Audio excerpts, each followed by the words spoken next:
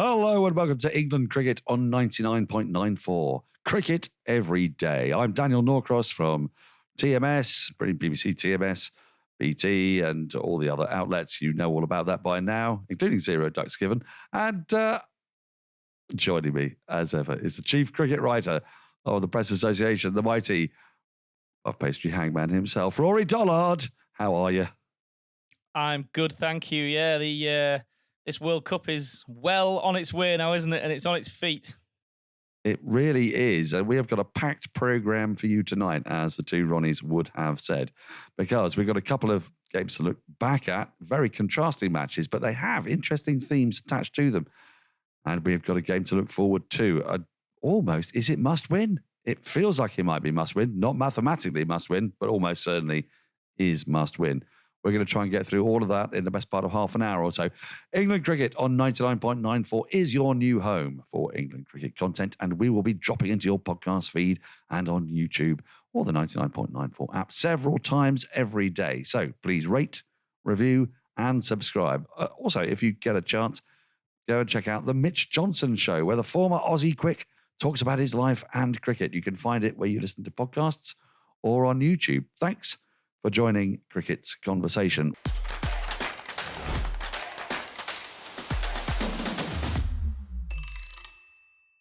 Well, Rory, it's hard to know precisely where to start because we're doing this in the immediate aftermath of, is it a shock, a surprise, loss, perhaps, by England to Ireland? But I think the runes were there. If we really pick through the bones of how England played against Afghanistan, and indeed how they were blindsided by the loss of Reece Topley in the start of this tournament, we see where confusion has reigned. And as we all know in T20 cricket, you need to know exactly what it is you're doing. You need to have an absolutely spot-on game plan. And I want to start, I know it's miles away, and you said to me on WhatsApp, you were quite right to say so, it was miles away in competition terms, the Afghanistan game. But there were a couple of things in that game that I think led to the way England played against Ireland. And I'm going to start with the bowling and specifically the use of Mark Wood and the excitement England have over Mark Wood.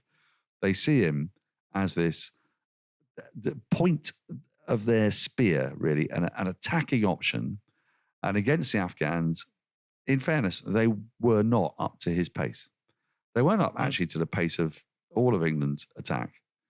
And I think that England thought that the same was going to be true of Ireland, and they came a bit unstuck because they adopted an approach not dissimilar to the one they did against Afghanistan in the first 6 overs against Ireland, in a game that was not always going to be, but was predicted was going to be affected by rain. So at that moment, runs become exceptionally precious. And let's just look at how Buttler used his bowling attack. Is that... That's what it screamed to me, at any rate. Well, I think you're right to highlight Topley as an issue because I think Topley's absence forces England to, at quite short notice, redesign the power play. And that's not where you want to be on the eve of a tournament, is tossing up your plans and working out what you want to do in the first 6 overs of a match. So it does feel like there's been a change. For me, and probably I'd suggest the numbers probably sit it out, but Wood looks best through the middle, not in the power plays. Like, that was how he looked like he was going to be used by England, was bringing that pace with probably a little bit more coverage. And that's not just defensive. That's not people stopping the boundaries off his bowling. That's catching. Like, when Wood is bowling as quickly as he's bowling, batters are trying to, in T20 cricket, batters are trying to get bat on ball and fling at it. And the ball's going high. And it felt like he was at his most dangerous if he was allowed to bowl through the middle. Now, as it stands, England have used him right at the top because Reece Topley is not around. And I'm not 100% certain that's the best use of him. And it certainly wasn't against Ireland. Now, whether England have better options at the top, I don't know. Ben Stokes has done nicely, and he's hustled an over in at the start.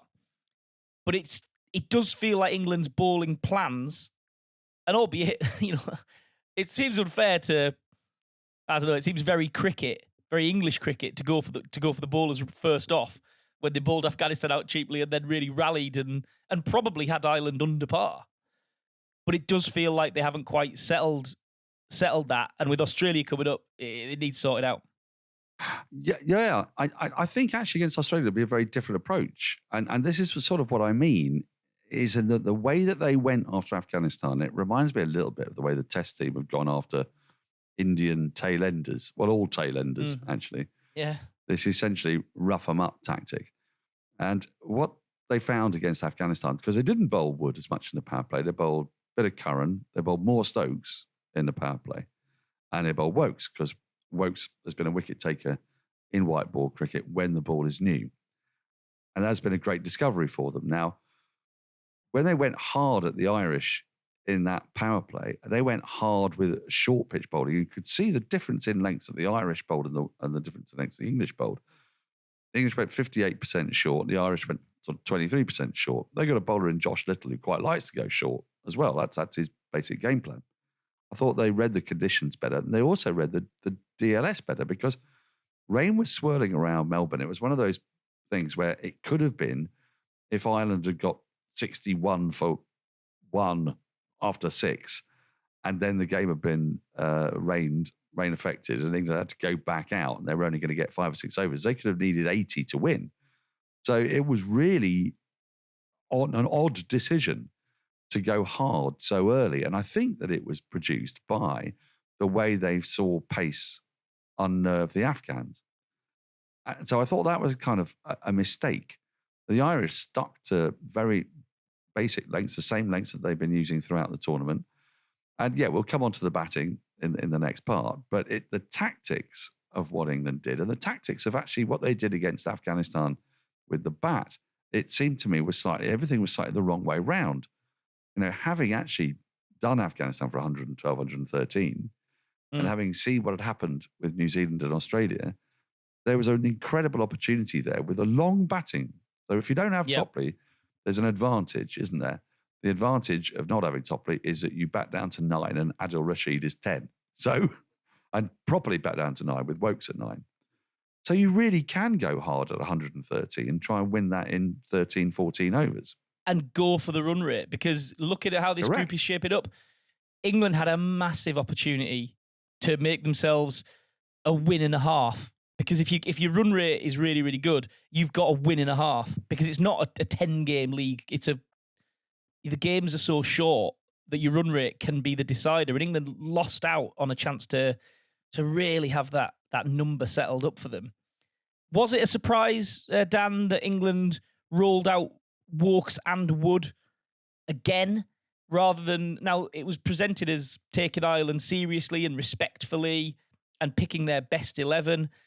But with the way those two guys have been managing their bodies and managing their recovery from injury, to roll them through the first 2 games, knowing the next game is just 1 day's rest away, felt like that was the opportunity to freshen it up. Because now the question is, if that really, really, really is your best 11 and you're absolutely confident in it, you better be sure that they're ready and fresh and at 100%, not even 90.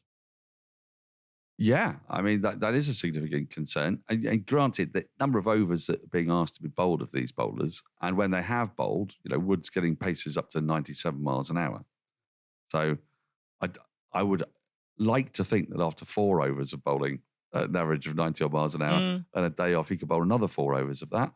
But we know that T20 cricket is more than just the 4 overs you bowl. It's charging around the field and it's the intensity of the game. And they have been careful with them in Pakistan and in the Australia series. And you know, they're both guys, and it can't be overlooked, they're both guys who missed the entire summer. They missed 6 months apiece. And when Wood came back, his first game, he said just being on the international stage wiped him out. He wasn't used to it. He played for Ashington. The last game of cricket he'd played was Ashington.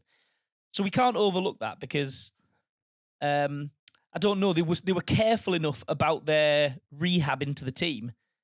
And that rehab in the team was about 10 days ago. So we're not far away. Yep. Well, I totally get that, but I would argue that they didn't bowl like people who weren't able to bowl the balls that needed to be bowled. They bowled like people who were bowling to a particular plan, and the plan was wrong. Wood and Wokes' numbers were up in terms of pace. It was where they were bowling was the issue. And it seemed to me that England hunted wickets in that first 6 overs. They got exactly the right tactic to Paul Sterling. Yeah, that's how you're going to get him out. Extreme pace. They had a fine deep third. Sam Curran nearly took the catch. What a difference that makes, by the way. Foot on the boundary sponge. Just tiny bit of toe, which, cost 5 runs, which is what we're looking at. Which is an interesting number, yeah. Isn't it? And had the ball been go a metre less far, it would have been out and it would have been a different story, potentially. Yeah. So they had the right plan to Sterling, but having got Sterling out, I felt that they were so delighted at having got the main man out that they went so hard at Lorcan Tucker, who is a decent batter. I mean, I saw him against the West Indies when they hunted down 150 for 1. I know West Indies have been woeful in this tournament, I'll grant you that. But they're still proper professional cricketers. Lorcan Tucker can do it. He's not going to get completely phased. And they were always going to back away and fling the bats and go over the infield. And England let them do that. And I wondered if there was a bit more, defensive bowling that was required. Maybe a bit more Stokes and a bit more Curran in that power play. Yeah, I think it was amusing. It was Tucker, wasn't it, who was victim of a run out at the non-striker's end, but not that kind of run out at the non-striker's end, because we know cricket's a silly enough game. Cricket is a silly enough game that we got 2 weeks of acrimony over the run out of the Charlie Dean, and a different type of run out of the non-striker's end is just absolutely fine. Joss Butler wasn't calling him back, put it that way. He certainly wasn't. But yes, listen, Sam Curran, you were exactly right, by the way. You were right on top of Sam Curran a few weeks ago, thinking he absolutely had to be in this team, and I was a bit dubious. And geez, he has really, really muscled his way through to impact and affect the game every time. He's done really, really well. He has. We're going to take a short break. After that, we're going to talk in a bit more depth about England's batting approach. You're listening to Cricket's Conversation on 99.94. Whatever your team, we have the show for you on podcast, YouTube, or on the 99.94 app. We have India, England, South Africa, West Indies, and now Sri Lanka covered. If you want to find us, the best way is to follow us on social media at 9994DM by downloading the 9994 app or Google 99.94 on podcast. We speak cricket.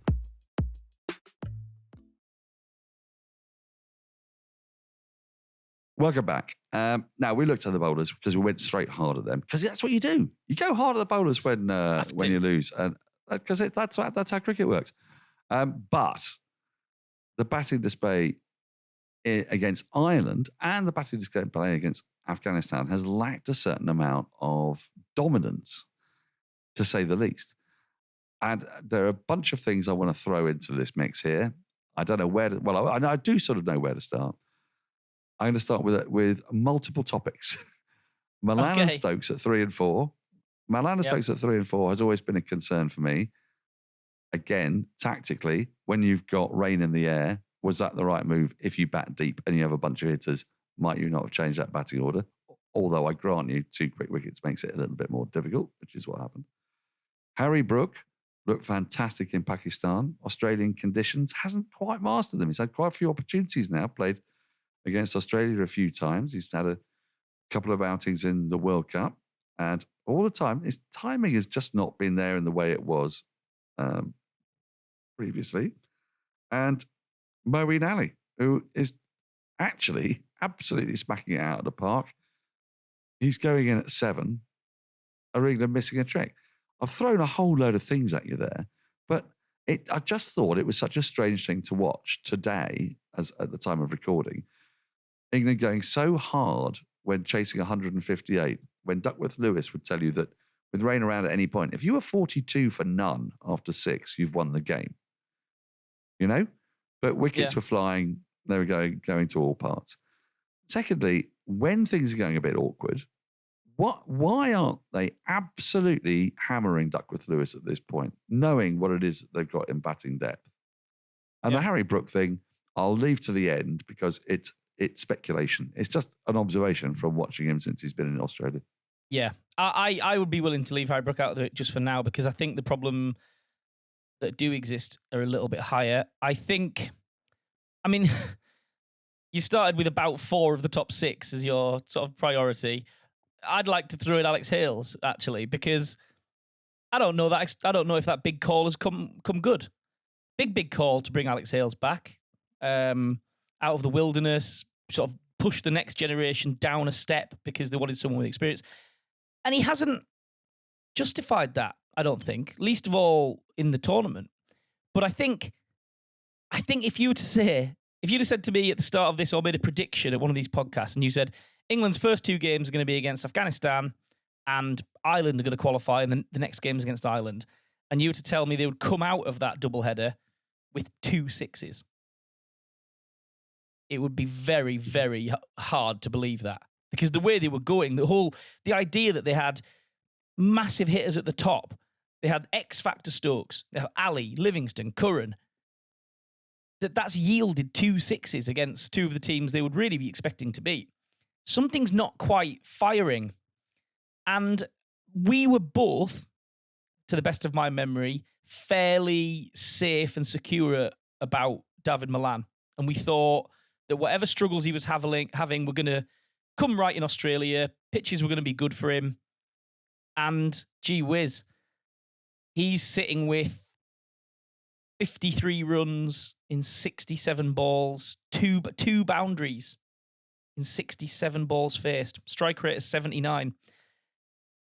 That's a problem, isn't it? And actually, watching him against Ireland, it reminded me of that thing that happened all that time ago, which was Aaron Finch batting for Australia like 24 hours earlier, where it was hard to watch his lack of timing and he was annoyed at himself and grimacing every time he couldn't play the shot he wanted to play. And Australia rode that and got through it the second time. But watching Malan felt like maybe that isn't going to come good, actually, in this series. And whether that's you said can Malan and Stokes play together, I don't think they're going to drop Stokes. So that invites another question. Well, I don't think they can afford to drop Stokes because of the way they're worked out their bowling plans. So they really want Stokes either to bowl 1 or 2 overs if they can get away with it in the power play. And it's good for it. And not bowl so much moment. Yes. And Livingston's come good for them with the bowling as well. So it works for them ideally. Whereas Malan, and it's hard. It was painful to watch, actually. It was painful to watch in both matches. And it also makes less sense because I think Dan Weston said it's not the most profound thought, but he's right. If you go in with a batting heavy side, and England have got Chris Woakes at number 9, let's be really clear. I mean, Chris Woakes will be the best number 9 in this tournament. He came out the other day against Australia, hit a couple of vital sixes right at the back end of an innings that took the total beyond reach. He's that kind of a player. If you're backing down to number 9, you don't need 2 anchors. And people, if they don't realise that Ben Stokes is an anchor, then they haven't watched him play T20 cricket. So if you're 2 anchors, you've got 2 anchors to start with. It's one of the reasons Joe Root isn't in the team, isn't it? Yeah, precisely, yeah. Joe Root is not there because they don't want 2 anchors. They decided that they'd rather have Milan have the left-handed option, and he's done well in T20 cricket. You're sailing very, very close to the wind every time you say 2 anchors, by the way. It could almost be the subtitle of this podcast, couldn't it? England on 99.94 with 2 anchors. 2 anchors. Yeah. Well, it's certainly the title of this podcast. But listen. This all comes back to the fact that they haven't actually worked out their relationship with Stokes, the T20 player. He's a figment of their imagination at this point. Like, he hasn't been in the team. He hasn't performed this role. They knew they had to sub him in. They got the bowling by design or by fluke bang on, and they've found his job and they've found his way into the game. Having him at 4 with Malan at 3 it feels like they've done the opposite. They've plugged him into the team, and they've kind of brought the wrong adapter, haven't they? It feels like that. And also advancing Harry Brook to 5 ahead of Livingston and Moeen Ali, both of whom are guys, and especially in that Ireland game. I know I keep going on about it, but rain was in the air. You know, people who were in the game were tweeting. George DeBell, who's a natural catastrophist, was tweeting at the end of the 8th over, they've got to get on with it. Rain's about to happen. They're too far behind Duckworth Lewis. I mean, it lasted until the, 12th, 13th over. Yeah. But Moeen had got them almost to the point. I mean, literally One two balls ball. later, one ball they'd probably have then potentially tied. Yeah. 2 balls, they might have won the game. So it was really strange that you've got this guy, Livingston, that you desperate to bring into the side, who's got no proven fitness, but the moment he's fit, he's in, despite all the players England have used in Pakistan and in the warm-ups against Australia. And you've got Moeen Ali, who you're not bowling, incidentally. Yeah, at all. You're trying to find a way of getting Livingston to bowl. So you've got him in there as a specialist number 7 and fielder. Now, when you've got to get ahead of Duckworth Lewis because you've lost some early wickets, surely the guy who can smash it to the boundary is the bloke you want to get in. And that's not hindsight talking. So listen, the big question, if things don't go well, and if they crash out with Australia, the question will be, what would Owen Morgan have done differently? How would he have, he's the guy who had the big picture and the calmness and the external helicopter view of things. I don't know. It's not really, really obvious, but it is obvious that England, in this run of a couple of games and a couple of different decisions, lack a bit of clarity. That, I think, is obvious, a bit of role clarity. And actually, that's become the new buzzword and the new sort of de facto thing that just falls off your tongue, is role clarity. It's all about role clarity. I don't think England have much of that at all, do you? I think it's been affected, actually, by Topley coming in and Stokes, Topley going out and Stokes coming in. We are going to discuss that more because we're going to take a short break and we're going to try to work out how they can find that role clarity and if they're going to make any changes. If you love the language of cricket and want more, then head over to the 99.94 app and you can hear all of our podcasts and cricket commentary. We're adding new shows all the time and covering cricket series from all over the world. Be the first to hear all of our announcements by following us on social media at 9994DM. Welcome to Cricket's Conversation. So, welcome back. England stand on the precipice of disaster. Or is that a massive overstatement? It almost certainly is, isn't it? New Zealand dropped a point today by not being able to play their game against Afghanistan. Australia lost against New Zealand by a gigantic margin. England have beaten Australia a couple of times and were far better than them in the washed-out game. They would feel that they were favourites to beat Australia. We'll put them they're in an awkward position because there's every chance that they'll need to win every other game. But you never know. If Ireland can pull off a surprise like that against England, they could do it against New Zealand. They could do it against Australia. And let's not forget Sri Lanka, although it's easy to forget them because they played a really terrible game of cricket the other day. But what do England do? Or do they do nothing at all? Do they stick with exactly the same team? Essentially, Rory, what happened was that England looked like they had a team that they knew, but were waiting for Liam Livingstone to come in, and we didn't know who was going to drop out. When Rhys Topley went, they went, oh, well, we'll just bring in Liam Livingstone, which in fact completely changes the way they play cricket. Yeah. You've mentioned Wood and Wokes playing so many games close together. They've got to play against Australia within 48 hours of playing their last game. The change options are Chris Jordan comes in and you take out, what, an anchor? Possibly, because what you're looking at is a death bowler, so you can bowl somebody else more in the power play, or is Jordan bowling in the power play a little bit more? Yeah. What they're lacking with Topley is somebody who bowls at the beginning of the innings and the end of the innings. Yeah. How do you solve that conundrum? Do you bother solving it, or do you just say, guys, let's go again, but let's actually, as you said, get some clarity, not just about our roles, but in how we play the game situations. There's actually loads of ways they could go about this, isn't it? And it depends really how and we don't know. We haven't really tested the Butler-Mott axis in this sort of pressure moment, have we? We don't know how they react under real pressure. Because the one thing is to go, this is our best team and our best setup. So we stick to it, or we stick as close to it as we can. And by that, I mean you take player X out and you find his closest alternative and you pick the alternative. Or you say, right, the game's on here. Like, the thing's on the line. We be a bit brave and a bit bold and we flip it. And there's a few ways they could flip it. Because they could they? I don't know. Ask Ben Stokes to open? Could they do that? Ooh. You're dropping Hales, are you? Well, I'm kind of keen to.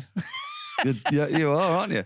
You're dropping Hales. You're keeping Milan, who you've had a right old go at in the first two parts. Yeah, but if we balance it up, you're bringing. Who are you bringing in? Are you bringing Jordan in or Tim Mills? Well, I think I need to bring Jordan in. Yeah, I think I need to bring Jordan in to be a bit more certain about the death, because actually, looking at the two games, Stokes has bowled the 20th, hasn't he? I think Curran's bowled the 20th, and I think in this Ireland game, Livingston bowled the 18th. That wasn't part of the plan. They weren't expecting to bowl Liam Livingston the 18th over, and they will not be expecting to do that against Australia. So, don't know. I think they might need another option. And does it? I mean, this is a bit pie in the sky, and it could be that Mott and Butler aren't even remotely tempted. But does moving Stokes to opener, where he has done it for Rajasthan Royals, does it completely settle in his mind what he's doing? Because I don't think they're taking him out of the team. We know that. 4 is looking like a push at the moment, and he's not finding his numbers or his rhythm or his groove. In fairness, just put him at the top. Say, you know exactly what you're doing now. You're swinging. You know how to swing. We've seen you do it all summer. Yeah, you see, in fairness, I don't know whether that's the right move for the reasons that I don't think Stokes is a brilliant starter. And I thought his innings was going okay under the circumstances. A couple of wickets had just been lost. Duckworth Lewis would suggest you can't lose another one. Played out a decent over against Barry McCarthy, was moving things along. And then out of nowhere, Fionn Hand bowled his first ball of this World Cup, was one of the worst things you've ever seen in your life. And the second ball he bowled was an absolute, and I use this word advisedly because I hate it, but it's true, a seed, a pure and absolute and total and utter seed. I mean, it was a gorgeous ball. So doom seed. I don't know. Yeah, and listen. So the other option is, and this is why they've got to decide where they stand and how much of a gamble they're going to take. The other option, I think you're nudging towards, is take Milan out of the picture, shove Stokes to 3, and then you've got more freedom for your hitters. You've got more breathing space for your hitters at 4, 5, 6. That is where I would go, and that's how I would, because I also want to fit Jordan in. I think. Yeah. What the so I can see that as. When I sat, I'd say this is a problem. It was a lovely problem to have. I sat in a bar in Darling Harbour with Henry Moran and Alex Hardley and Georgie Boyce, and we were asking every over, who bowls now? And as the power play was getting smashed, this wasn't a question that you really needed to ask when Reece Topley was in the team.